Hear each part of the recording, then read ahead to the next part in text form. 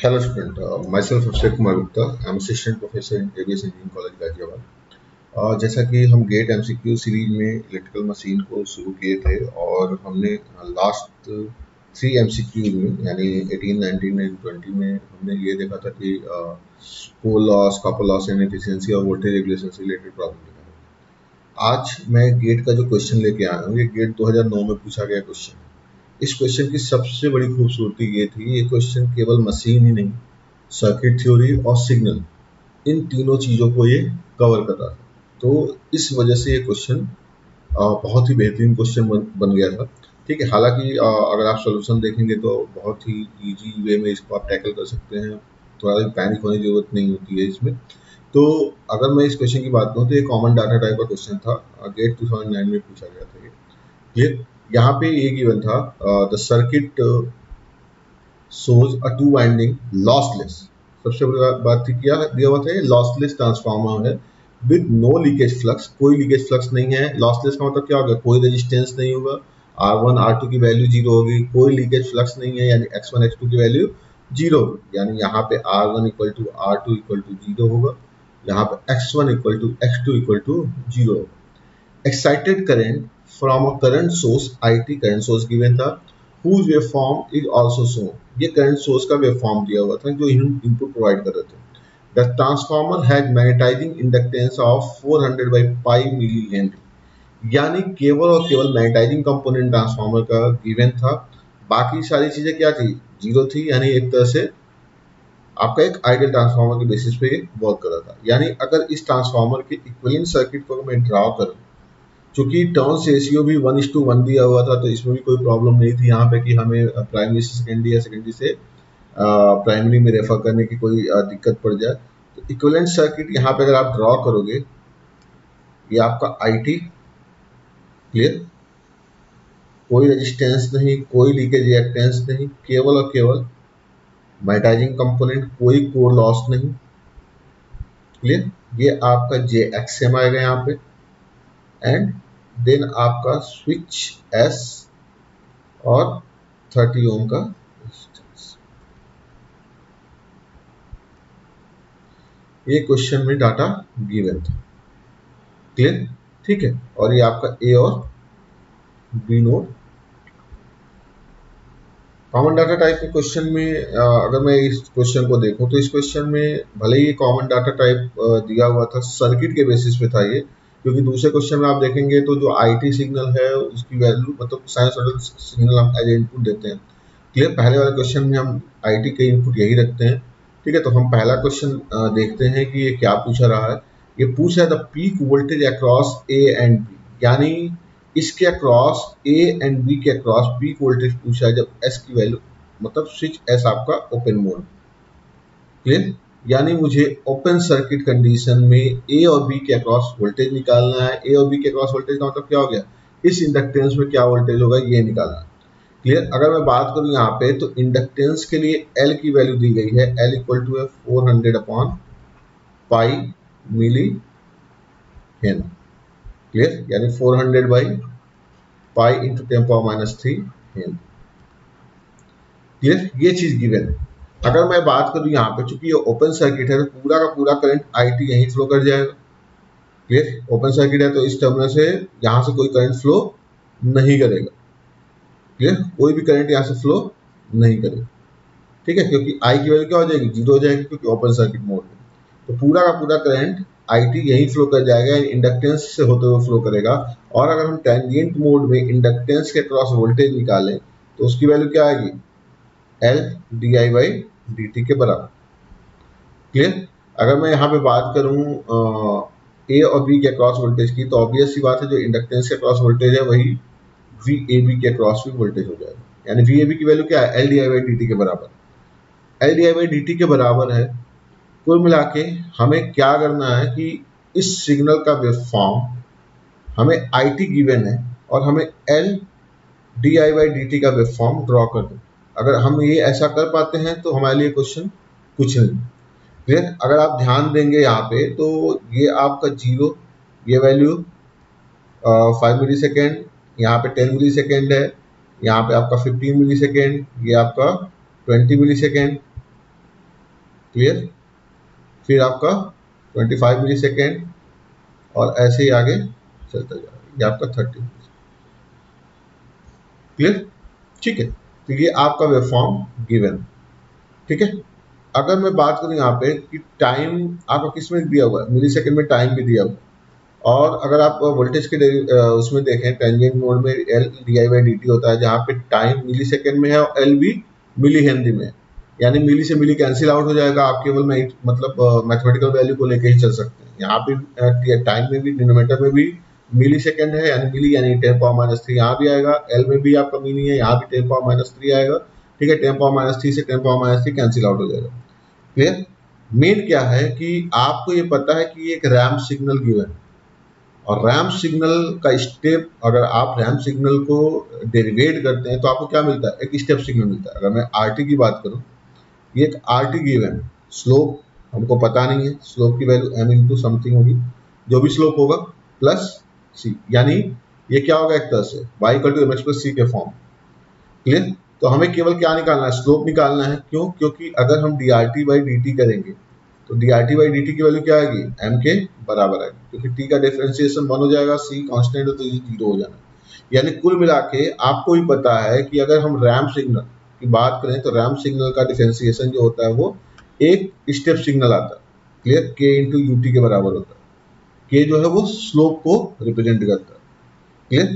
तो अगर इस क्वेश्चन को आप ध्यान से देखोगे तो अगर मैं यहाँ पे देखूं तो टाइम को डिवाइड किया गया, मतलब 0 से 5 मिली सेकेंड के बीच में आपको पॉजिटिव स्लोप मिल रहा है, फिर 5 से लेके 15 मिली सेकेंड के बीच में आपको क्या मिल रहा है, निगेटिव स्लोप की लाइन मिल रही है। फिर उसके बाद क्या हो रहा है, 15 मिली सेकेंड से लेके 20 मिली सेकेंड तक फिर से आपको पॉजिटिव स्लोप की लाइन मिल रही है। यानी यहाँ पॉजिटिव स्लोप, ये निगेटिव स्लोप, ये पॉजिटिव स्लोप। क्लियर। और ये साइकिल बार बार रिपीट होता जाता है। क्लियर, ठीक है। यानी एक कंप्लीट साइकिल में आपका क्या वेवफॉर्म आएगा वही आपको बस बता देना और कुछ नहीं करना। हालांकि ये क्वेश्चन अगर आप करोगे तो तुरंत ही सॉल्व हो जाना है, क्योंकि आपको स्लोप ही निकालना। क्लियर। आप देख रहे हैं कि D R T by D T equal to M है। अगर आपको स्लोप पता चल गया तो आप सीधे सीधे इसका आंसर लिख सकते हैं, क्योंकि एक स्टेप सिग्नल ही आएगा। अगर आप इसका ड्रॉ करोगे तो आपको जो सिग्नल मिलेगा, आपको पता है कि रैम्प सिग्नल का डिफरेंशिएशन स्टेप सिग्नल आता है, यानी 0 से 5 मिली सेकेंड में पॉजिटिव स्लोप है तो पॉजिटिव वैल्यू आएगी, 5 मिली सेकेंड के बाद क्या हो रहा है, निगेटिव स्लोप है तो निगेटिव वैल्यू आएगी। फिर उसके बाद क्या होगा, आपका 15 मिली सेकेंड से लेके 20 मिली सेकेंड तक फिर से क्या होगा, आपकी पॉजिटिव वैल्यू है तो पॉजिटिव स्लोप आएगा। और यही चीज बार बार रिपीट होती रहेगी, ये वेव फॉर्म बार बार रिपीट होता रहेगा। क्लियर, ठीक है। अगर आप क्वेश्चन को देखोगे तो आपको पता भी चल जाएगा कि पॉजिटिव स्लोप का मैग्नीट्यूड और नेगेटिव स्लोप का मैग्नीट्यूड, दोनों मैग्नीट्यूड सेम भी आएगा। आप यहाँ से चाहो तो पॉजिटिव स्लोप की वैल्यू निकाल सकते हो, क्योंकि आपको ये दिया हुआ है कि मैक्सिमम वैल्यू 10 एम्पियर के बराबर है। क्लियर। टाइम जो है वो 5 मिली सेकेंड के बराबर है। तो अगर मैं स्लोप निकालूं tan थीटा की वैल्यू, tan थीटा की वैल्यू क्या हो जाएगी, आपको ये वैल्यू पता है 10 एम्पियर, ये आपको 5 मिली सेकेंड पता है, तो क्या हो जाएगा, ये 10/5 मिली सेकेंड। आप मैंने पहले ही बताया था, आप मिली सेकेंड को सेकेंड में चेंज कर लो या फिर उसको वैसे ही रहने दो, क्योंकि मिली से मिली कैंसिल आउट हो जाना, लेकिन फिर भी आप लेके चलो 10/5 इंटू 10⁻³ यानी क्या हो जाएगा, 2 इंटू 10⁻3, यानी स्लोप कितना आ गया, 2 इंटू 10⁻3 के बराबर। क्लियर, ठीक है। यानी अगर मैं इस लाइन का इक्वेशन लिखना चाहूँ, आईटी, मैं आईटी का इक्वेशन लिख रहा हूँ किस रेंज के लिए, 0 से लेके 5 मिली सेकेंड के बीच में। क्लियर। चूंकि ये ओरिजिन से पास कर रहा है तो ये क्या होगा, y इक्वल टू mx के बराबर होगा, यानी क्या हो जाएगा, 2 इंटू 10⁻3 t के बराबर। क्लियर। सिमिलरली हम 5 से लेके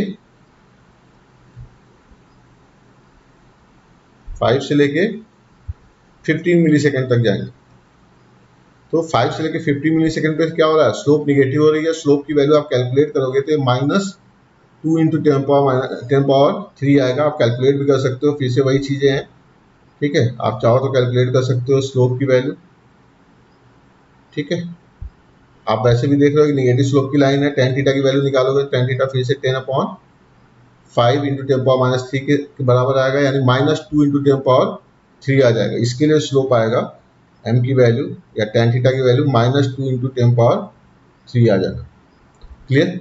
अब देखो यहाँ पे एक प्रॉपर्टी होती है आपका सिग्नल सिस्टम में। वो प्रॉपर्टी क्या होती है? इस प्रॉपर्टी के थ्रू हम बस सीधे सीधे बता सकते हैं कि हमारा लाइन का इक्वेशन क्या होगा। देखो, जब लाइन ओरिजिन से पास करती है, आपको स्लोप पता है। क्लियर। मान लो वो ओरिजिन से पास कर रही है, तो ऑब्वियस सी बात है इस लाइन का इक्वेशन, अगर मुझे इस इक्वेशन को लिखना है तो मैं क्या लिखूँ? -2 इंटू 10⁻³ t के बराबर। बट ये लाइन अब ओरिजिन से पास न करके कहां से पास कर रही है? 10 मिली सेकेंड से पास कर रही है, यानी क्या हो गया? लाइन शिफ्ट हो गया। अभी पास कर रहा है 10 मिली सेकेंड से। तो ऑब्वियस सी बात है कि इस लाइन का इक्वेशन क्या हो जाना? Time shifting. ये क्या हो रहा है? ये पूरा का पूरा फंक्शन टाइम शिफ्टिंग हो जा रहा है। तो इस IT का इक्वेशन मुझे अगर लिखना होगा तो मैं क्या लिखूंगा? -2 into 10⁻³ time t minus T not, यानी t minus 10 into 10⁻³ second. Clear. ठीक है। तो ये आपका वैल्यू आ जाएगा। यानी अगर मैं 5 से 15 मिली सेकेंड के बीच में लिखना चाहूँ तो टाइम शिफ्टिंग से आप सीधे सीधे बता सकते हैं कि इसका इक्वेशन क्या होगा? -2 इंटू 10⁻³ स्लोप है, और t चूंकि 10 मिली सेकेंड के साथ शिफ्टिंग हो रही है, एंड 10 इंटू 10⁻³ यानी ये इक्वेशन आ जाएगा 5 से 15 मिली सेकेंड के लिए आपका -2 इंटू 10⁻³ t प्लस 20। क्लियर। ठीक है। 10⁻³ से 10⁻³ 1 हो जाएगा, 0, 10⁻0 यानी 1। तो ये आपका आ गया किसके लिए? 5 से 15 मिली सेकेंड के लिए। अब आपको किसके लिए निकालना है? आपको निकालना है फिर से किसके लिए? 15 मिली सेकेंड से लेके 20 मिली सेकेंड के लिए। उसके बाद से ये क्या हो रहा है? बार बार रिपीट ही हो रहा है। तो फिर वही चीज, वही प्रॉपर्टी हम यहाँ पे दोहराएंगे कि आपको पता है कि अगर ओरिजिन से पास करता है कोई लाइन, अगर मान लो ये ओरिजिन से पास कर रहा है तो y इक्वल टू क्या होगा? t के बराबर। अगर मैं IT का इक्वेशन लिखूंगा तो क्या लिखूंगा? स्लोप मुझे पता है कि 2 इंटू 10⁻³ है, तो 2 इंटू 10⁻³ t के बराबर लिखूंगा। लेकिन अगर यही लाइन शिफ्ट हो रहा है टाइम डोमेन में और ये पास कर रहा है आपका 20 मिली सेकेंड। क्लियर। 20 मिली सेकेंड से पास कर रहा है तो इसके लिए शिफ्टिंग इक्वेशन आ जाएगी। तो IT का एक्सप्रेशन जो आप लिखोगे वो क्या लिखोगे? IT का एक्सप्रेशन जो लिखोगे वो आप क्या लिखोगे? 2 इंटू 10⁻³ t माइनस 20 इंटू 10⁻³ क्योंकि 20 मिली सेकेंड के साथ शिफ्टिंग हो गई, तो ये वैल्यू आ जाएगी 2 इंटू 10⁻³ t माइनस 40। क्लियर। ठीक है। ये किसके लिए आ रहा है? 15 से लेके 20 मिली सेकेंड। एक तरीका तो ये होता है कि आप अलग अलग इक्वेशन लिख के इसको करो, लेकिन अगर आपको पता है कि एक रैम्प सिग्नल का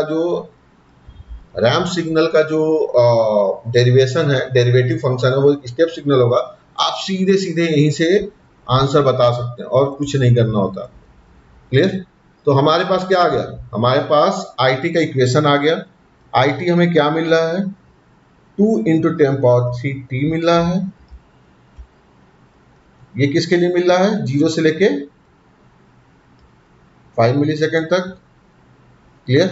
और क्या मिल रहा है? -2 इंटू 10⁻³ t मिल रहा है, और क्या हो रहा है? प्लस 10। क्लियर। प्लस 20 मिल रहा है 5 से लेके 15 मिली सेकेंड तक। फिर उसके बाद क्या मिल रहा है आपको? 2 इंटू 10⁻³ t माइनस 40 मिल रहा है। कहाँ से कहाँ से? 15 से लेके 20 मिली सेकेंड। क्लियर। तो ये IT का एक्सप्रेशन मिल रहा है। तो हमें IT के एक्सप्रेशन को इसलिए बताना पड़ रहा है क्योंकि आपको VAB निकालना है। VAB की वैल्यू क्या होती है? LdI/dt। क्योंकि टेंजेंट मोड में है, और टेंजेंट मोड में अलग अलग रीजन में फंक्शन अलग अलग। जब आप LdI/dt करोगे तो किसी भी रीजन में रहे कांस्टेंट का डेरिवेशन क्या होना? 0 होना। तो LdI/dt का मतलब क्या हो गया? 400 upon pi into 10⁻³ Henry into DI/dt। Clear. तो आप किसी भी रीजन में देख लो, अगर आप डेरिवेटिव निकालोगे तो जब 0 से 5 सेकंड के बीच में है, चूंकि पॉजिटिव स्लोप है तो क्या होना है? DI/dt 2 इंटू 10⁻³ के बराबर, स्लोप के बराबर आ जाना। क्लियर। तो वैल्यू क्या आ जाएगी? 400 upon pi into 10⁻³ into 2 into 10⁻3, क्योंकि t का डिफरेंशिएशन क्या आ जाएगा 1। क्लियर? तो 10⁻3 10⁻³ ये कितना आ गया 800/π। क्लियर? जब आप देखोगे किसके लिए, ये आपने किसके लिए निकाला, 0 से लेके 5 मिली सेकेंड के बीच। अगर यही आप 5 से लेके 15 मिली सेकेंड के बीच में निकालेंगे तो क्या आ जाएगा, ये भी आ जाएगा आपका 400/π इंटू 10⁻³ इंटू -2 इंटू 10⁻³ प्लस 20 का डिफरेंशिएशन 0, तो ये कितना आ गया -800/π। क्लियर? ये भी किसके लिए है, 5 से लेके 15, और फिर आप देखेंगे 15 से 20 के बीच में वो फिर से आपको 800/π मिल जाएगा, किसके लिए, 15 से लेके 20 के बीच में। तो इतना कुछ करने की जरूरत नहीं है इस क्वेश्चन में। मैंने तो बस एक आपको तरीका बताया कि ये कैसे सिग्नल के फ्रेम में भी क्वेश्चन हो जाता है। आपको सिंपली क्या करना है कि आपको पता है कि L di/dt, L di/dt यानी di/dt तो करना है, लेकिन L क्या मल्टीप्लीकेशन भी करना है। क्लियर? तो L के मल्टीप्लीकेशन के साथ di/dt करना है, तो सिंपली क्या किया करिए, आप पहले स्लोप निकालिए। क्लियर? ठीक है, अलग अलग रीजन के लिए स्लोप अलग अलग भी हो सकता है, लेकिन यहाँ पे बाय लक स्लोप सेम आ रहा है। ठीक है, जब स्लोप सेम आ रहा है तो बस एक पॉजिटिव वैल्यू आ रही है, एक निगेटिव वैल्यू आ रही है। तो जब आप L di/dt करोगे तो ये वैल्यू 800/π के बराबर आ रहा है, और ये वैल्यू कितना आ रहा है -800/π के बराबर आ रहा है। क्लियर? 0 से 5 मिली सेकेंड पॉजिटिव स्लोप है तो पॉजिटिव मैग्नीट्यूड, 5 से 15 मिली सेकेंड निगेटिव स्लोप है तो निगेटिव मैग्नीट्यूड, और 15 से लेकर 20 मिली सेकेंड पॉजिटिव तो फिर से 800/π के बराबर। क्लियर? तो आपको कुछ करना नहीं था इस क्वेश्चन में, ये तो मैंने एक तरीका बताया कि ऐसे ऐसे आप करके देखेंगे आपको वैल्यू पता चलेगी। सिंपली आपको क्या करना था, आपको पता है कि VAB की वैल्यू L di/dt होती है। क्लियर? और एक रैंप सिग्नल का हम जब dRt/dt करते हैं, एक रैंप सिग्नल का जब हम डिफरेंशिएशन करते हैं तो हमेशा एक स्टेप सिग्नल देता है। क्लियर? स्टेप सिग्नल का मतलब ये हो गया कि अगर मान लो तुमको पता है कि y = mt + c है। क्लियर? और अगर आप dy/dt करोगे तो dy/dt की वैल्यू क्या आएगी, m, यानी स्लोप के बराबर होगा। सेम लॉजिक है, तो आप सिंपली क्या करिए, dy/dt के लिए स्लोप कैलकुलेट कर लीजिए। आपने स्लोप कैलकुलेट कर लिया, पॉजिटिव स्लोप और निगेटिव स्लोप दोनों कैलकुलेट करिए, क्योंकि अलग अलग रीजन में अलग अलग स्लोप भी हो सकते हैं। यहाँ पे सेम क्वेश्चन में ये दिया हुआ है तो इसलिए ये हो गया, पॉजिटिव और निगेटिव वैल्यू सेम हो गई है। तो स्लोप क्या हो जाएगा, L × m एक पॉजिटिव स्लोप के लिए और L × -m निगेटिव। आपने स्लोप ऑलरेडी कैलकुलेट कर लिया है, 400/π इंटू पॉजिटिव स्लोप कितना आया आपका 2 × 10⁻3। क्लियर? तो इससे वैल्यू क्या आ गई 800/π, क्योंकि ये 400π इंटू 10⁻³ हो जाएगा। मिली हेनरी को हम हेनरी में कन्वर्ट कर देंगे। वैसे यहाँ पे क्या हो जाएगा 400/π इंटू 10⁻³ इंटू -2 इंटू 10⁻3 यानी -800/π। आपने कुछ नहीं करना है, आपने सिंपली ये चीज ध्यान रखिएगा, आपको सिंपली स्लोप निकालना है और L के साथ मल्टीप्लाई कर देना। ठीक है, तो इतना कुछ क्वेश्चन में करने की जरूरत नहीं है जितना हमने यहाँ पे किया। क्लियर? ये तो मैंने बताया कि टाइम शिफ्टिंग भी आप यहाँ से सीख लेंगे, थोड़ा सा रिवाइज हो जाएगा। क्लियर?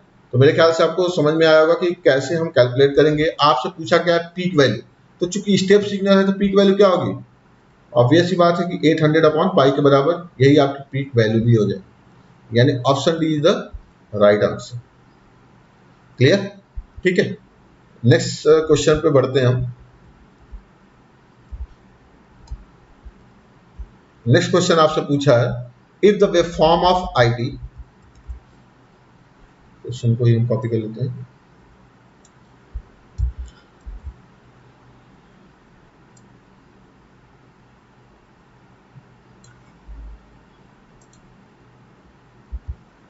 नेक्स्ट क्वेश्चन आपसे पूछा है कि if the wave form of IT, यानी IT का जो वेव फॉर्म है वो हो जाए आपका 10 sin 100πt एम्पियर। क्लियर? यानी प्योर साइनसॉइडल सिग्नल आपका हो गया। ठीक है, सर्किट अभी भी वही है, सर्किट चेंज नहीं हुई है, बस IT की वैल्यू आपकी चेंज हो गई है। और आपसे ये कह रहा है कि स्विच एस क्लोज हो जाए, स्विच एस को इसने क्लोज कर दिया। तो इस कंडीशन में आपसे पूछ रहा है कि ए और बी के अक्रॉस पीक वोल्टेज क्या होगा,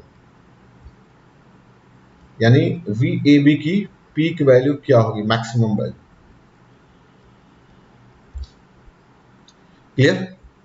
क्वेश्चन ये भी अच्छा बन गया, इसलिए अच्छा बन जाता है क्योंकि टेंजेंट मोड दे दिया है आपको, स्टेडी स्टेट में सर्किट को सॉल्व करने का आदत पड़ा हुआ है। गलती क्या करते हैं हम लोग कि ये आईटी दिया हुआ, ये आईटी दिया हुआ और हम निकाल लेते हैं V L equal to L D I by D T. Clear? लेकिन यहाँ पे स्विच एस क्लोज हो चुका है, स्विच एस क्लोज हो चुका है मतलब क्या होगा, ये करंट आईटी क्या होगा, इस इंडक्टेंस एज वेल एज इस रेजिस्टेंस में डिवाइड होगा। क्लियर? यानी 30 ओम में और इसकी भी जो वैल्यू है उसमें ये डिवाइड होगा। क्लियर? और हम फटाफट क्या करते हैं, V L equal to L D I by D T calculate करते हैं और उससे आंसर निकाल के पुट कर देते हैं, जो कि गलत हो जाता है। क्लियर? तो हमें ये नहीं करना, हमें ये देखना है कि सर्किट क्या है, सोर्स की वैल्यू, सोर्स करंट की वैल्यू आईटी दी हुई है, तो करंट ऑब्वियस सी बात है इन दोनों में डिवाइड होगा। हमें निकालना है वी ए बी की मैक्सिमम वैल्यू, ये हमारे ध्यान में रखना है कि वी ए बी मैक्सिमम क्या आएगा। तो वी ए बी निकालने के लिए हम क्या कर सकते हैं, सिंपली आप वी ए बी कैलकुलेट करें I R T into are से, आपको आर की वैल्यू दी गई है 30 ओम, उससे आप वैल्यू कैलकुलेट करिए और कैलकुलेशन कर लीजिए। अगर मैं इसको कंपेयर करूं तो इसको मैं कंपेयर कर सकता हूं साइन ओमेगा टी से। क्यों? क्योंकि फ्रीक्वेंसी निकालना है इसलिए जरूरी है क्योंकि आपको पता है कि एक्सएल की वैल्यू क्या होती है, ओमेगा एल के बराबर होता है। अगर हम इंडक्टिव रिएक्टेंस की बात करें तो वो ओमेगा एल के बराबर होता है। तो सबसे पहले हम इसको कंपेयर करेंगे 10 साइन ओमेगा टी से, यानी ओमेगा की वैल्यू कितनी आ गई यहाँ पे 100 पाई के बराबर। क्लियर? जब ओमेगा 100 पाई के बराबर आ गया यानी इंडक्टिव रिएक्टेंस का मैग्नीट्यूड ये क्या हो जाएगा, एक्सएल की वैल्यू, एक्सएम की वैल्यू, सॉरी एक्सएम दिया हुआ, XM equal to omega L. Clear? तो एक्सएम की वैल्यू क्या हो जाएगी 100 pi into 400 upon pi into 10 power -3। Clear? तो क्या हो जाएगा, पाई से पाई कैंसिल आउट हो गया, ये कितना आ जाएगा आपका 40 ओम। यानी इस रिएक्टेंस की वैल्यू भी हमें पता चल गई, ये 40 ओम के बराबर। बस हमें ये ध्यान रखना है कि ये वैल्यू जे एक्सएम होती है, क्योंकि आपको ही पता है कि इंडक्टर में लैगिंग करंट बिहेवियर होता है, वो 90 डिग्री लैग करता है। तो इस क्वेश्चन को हम दो तरीके से सॉल्व करेंगे, दो तरीके से इसको सॉल्व करने की कोशिश करेंगे। पहला सिंपल अप्रोच जो होता है करंट डिवाइडर रूल वगैरह अप्लाई करके सीधे निकालना, और दूसरा अप्रोच भी मैं लूंगा फेजर डायग्राम के थ्रू इसको समझाने की कोशिश करूंगा। तो पहले अप्रोच 1 से चलते हैं। अप्रोच 1 से हम चलते हैं तो यहाँ पे हम ये देख सकते हैं कि अगर मैं बात करूँ यहाँ पे हमारे पास R की वैल्यू है 30 ओम और हमारे पास JXM की वैल्यू है J40 ओम। क्लियर? ये करंट क्या हो रहा है, डिवाइड हो रहा है। अगर मैं IRT निकाल लूँ, IR की वैल्यू निकाल, तो IR की वैल्यू अगर मैं निकाल लूंगा तो मुझे वोल्टेज निकालने में कोई प्रॉब्लम नहीं होगी। तो IR की वैल्यू आपको पता है करंट डिवाइडर रूल से भी कैलकुलेट कर सकते हैं। करंट डिवाइडर रूल क्या कहता है, जिसमें हमें करंट निकालना है वो इम्पिडेंस न लेके हम दूसरा इम्पिडेंस लेंगे और अपॉन दोनों का सम, यानी क्या हो जाएगा ये JXM upon R plus JXM into IT के बराबर। क्लियर? ठीक है, तो ये क्या आ जाएगा आपका JXM यानी J40 upon 30 plus J40 into IT। Clear? अगर हम इसको पोलर फॉर्म में चेंज करें तो ये हम लिख सकते हैं 40 एंगल 90 डिग्री, एंड इसको लिख सकते हैं हम √30 स्क्वायर प्लस ये 50 आ जाएगा और एंगल आ जाएगा tan inverse 4/3। Clear? Into IT। Clear? ये आपका क्या आ जाएगा 4/5 angle 90 minus tan inverse 4/3। Clear? और ये आपका IT। ठीक है, तो ये आपका एक तरह से स्टेडी स्टेट मोड में दिया हुआ है। आप चाहो तो IT, जो आपका IT है, हम चाहे तो I के टर्म में भी लिख सकते हैं। एंगल क्या बताएगा, एंगल ये बताएगा कि इससे लीड या लैग कर रहा है करंट का वैल्यू, बस यही चीज बताता है। ठीक है, अगर मैं IT यहाँ पे IT ना लिखे केवल I लिखूं तो IT आपका है, आपका IT की वैल्यू कितनी है 10 साइन 100 पाई टी के बराबर है। क्लियर। तो 10 साइन 100 पाई टी को मैं लिख सकता हूं 10/√2 एंगल 0 के बराबर। जहां पे 10/√2 क्या है, आई आर एम एस की वैल्यू क्या हो जाएगी, मैक्सिमम वैल्यू अपॉन √2, क्लियर, यानी 10/√2 के बराबर।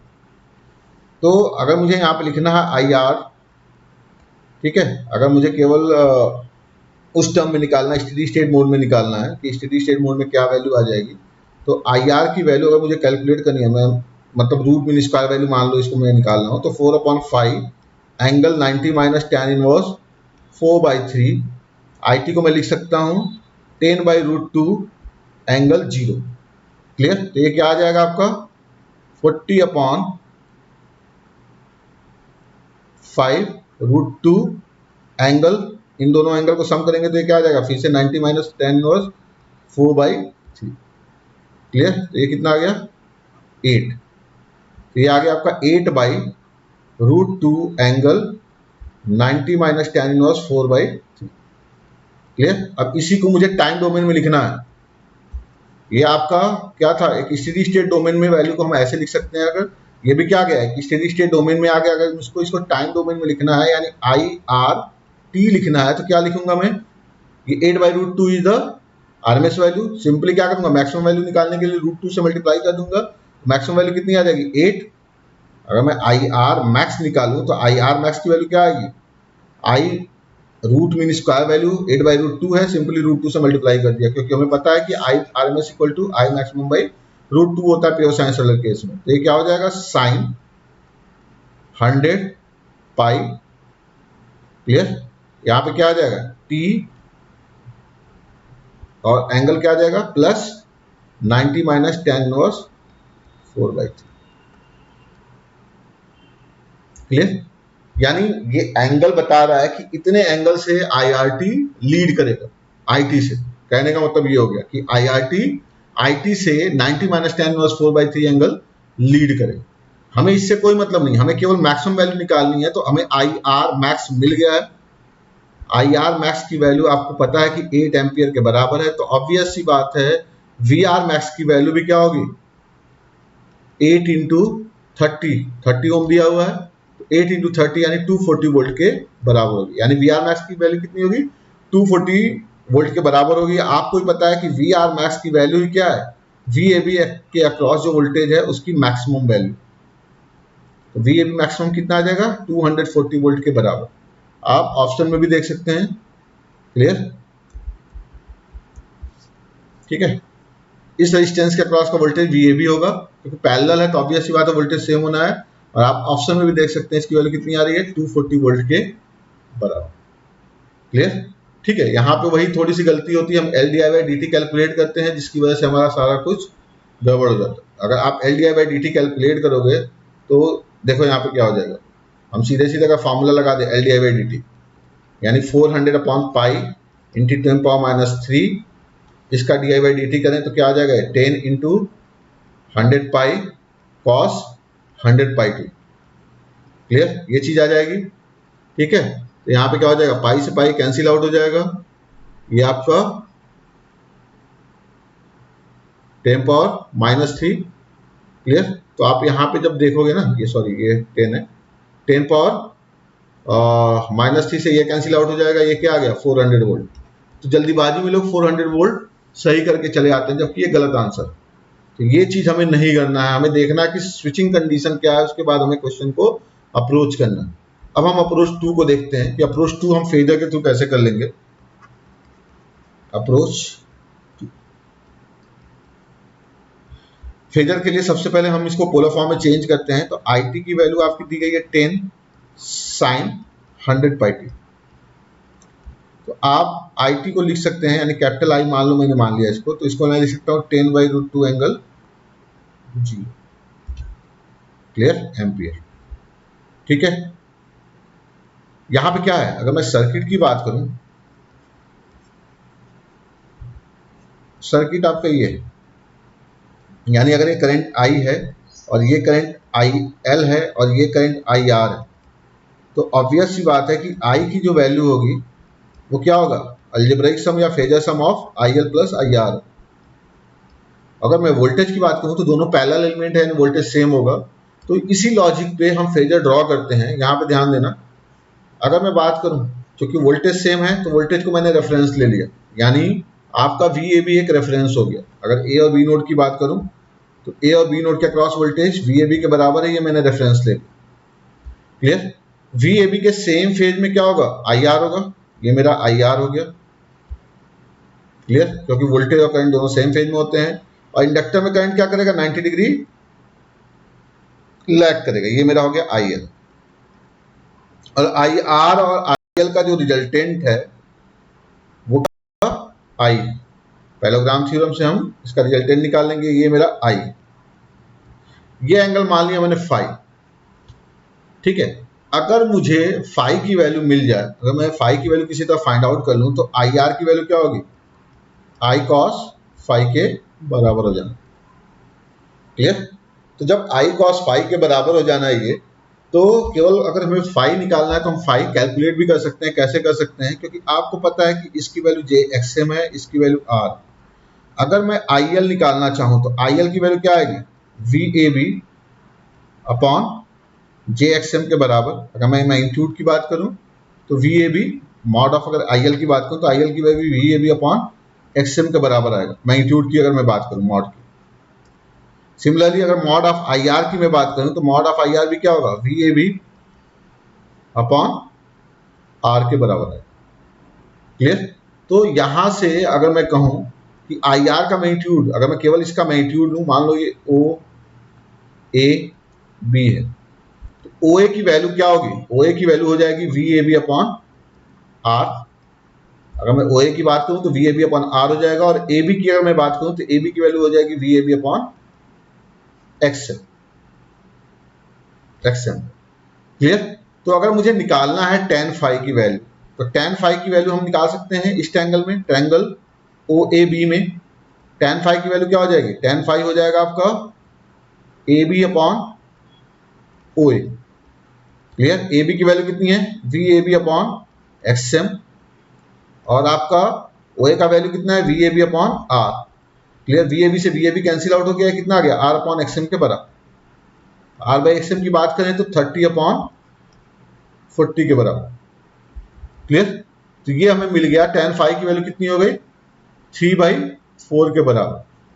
अगर हमें tan फाई मिल गया तो ऑब्वियस सी बात है cos फाई की वैल्यू क्या हो जाएगी, cos फाई की वैल्यू क्या हो जाएगी, R/Z कह लो, या फिर ये कह लो, ये आपका परपेंडिकुलर बाय बेस है, तो आपका cos फाई क्या होता है, बेस अपॉन हाइपोटेनस। हाइपोटेनस का मतलब क्या हो जाएगा, 3 स्क्वायर प्लस 4 स्क्वायर, यानी 4 अपॉन 5 के बराबर।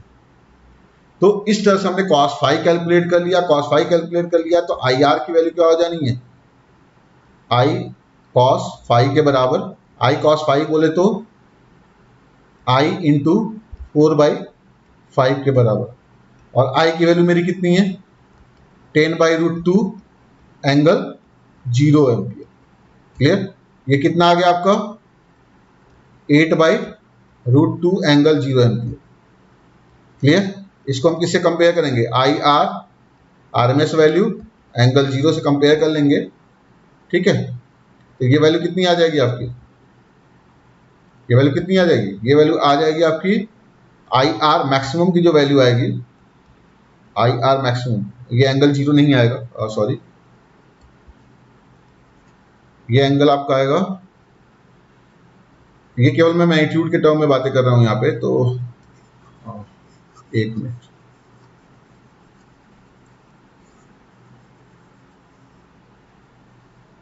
अगर मैं मैग्नीट्यूड के टर्म में बातें कर रहा हूँ यहाँ पे, तो ये क्या हो जाएगा, सिंपली 4/5 इंटू 10/√2 है। ये I क्या होता है, RMS वैल्यू होता है, यानी ये क्या हो जाएगा, 8/√2 एम्पियर हो जाएगा। यानी RMS वैल्यू कितनी है, 8/√2 एम्पियर के बराबर है। तो IR की जो मैक्सिमम वैल्यू होगी वो क्या होगी, 8/√2 इंटू √2, यानी 8 एम्पियर के बराबर हो जाएगी। और जो VR मैक्सिमम वैल्यू है वो भी क्या हो जाएगा, IR मैक्सिमम इंटू 30 के बराबर, यानी ये क्या आ जाएगा, 240 वोल्ट, और जो क्या होगा, VAB के बराबर। क्लियर? ठीक है, क्योंकि यहाँ पे आपका आई जो है वो आई एंगल 0 यही है, क्योंकि अगर मैं साइन 10 पाई टी को देखो तो ये आई एंगल 0 है। तो अगर मुझे आई आर को फेजर टर्म में लिखना होगा ना, तो आई आर को मैं लिखूंगा I R equal to 8/√2। Clear? ये जब मैं रेफरेंस ले रहा हूँ इसको 0 एंगल पे, तो ऑब्वियस सी बात है आई आर क्या हो रहा है, इससे फाई एंगल लीड कर रहा है, तो यहाँ पे एंगल फाई लिखूंगा, एंगल फाई एंगल। क्लियर? लेकिन हमें उससे मतलब नहीं है, हमें मतलब है मैग्नीट्यूड से। तो इस तरह से हम केवल कॉस फाई की वैल्यू निकाल के, कॉस फाई अगर हमने निकाल लिया तो हमें आई आर का मैग्नीट्यूड मिल जाएगा आरएमएस वैल्यू के टर्म में। हमें मैक्सिमम निकालना है तो सिंपली क्या करेंगे, √2 से मल्टीप्लाई कर देंगे। क्यों? क्योंकि ये प्योर साइनसोइडल है। तो इस तरह से हम दोनों तरीके से क्वेश्चन को सॉल्व कर सकते हैं। ठीक है? और अगर आपको वीडियो अच्छा लगे तो प्लीज़ लाइक एंड सब्सक्राइब और शेयर भी करिए, क्योंकि नॉलेज जितना बढ़ेगा उतना ही फायदा होगा। ठीक है? Thank you very much.